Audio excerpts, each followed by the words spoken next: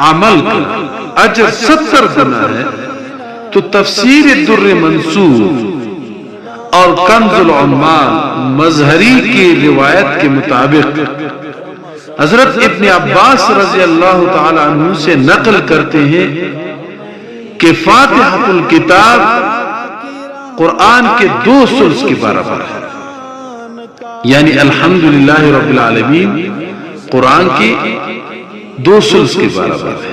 3 مرتبہ پڑھنے سے 2 قرآن کا ثواب ملتا ہے، یہی تفسیر مظہری نے نقل کیا ہے۔ اب جیسے ابھی آپ نے ایک روایت پڑھی کہ رمضان میں ہر نیکی کا اجر 70 گنا ہے، تو صرف 3 مرتبہ پڑھنے پر 140 قرآن پڑھنے کا ثواب انسان کو ملتا ہے۔